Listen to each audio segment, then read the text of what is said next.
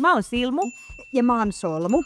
Me tehdään meidän ihan ensimmäistä uutisjuttua.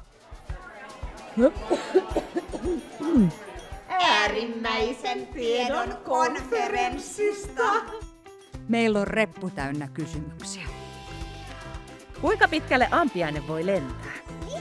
Tänään mie, #Anskukamppari, aion lentää tiet Helsingistä Rio de Janeiroon.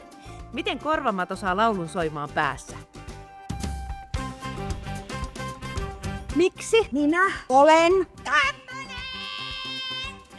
Mistä tietää, mikä on totta? Oletteko te koskaan kuulleet, kun puut puhuu?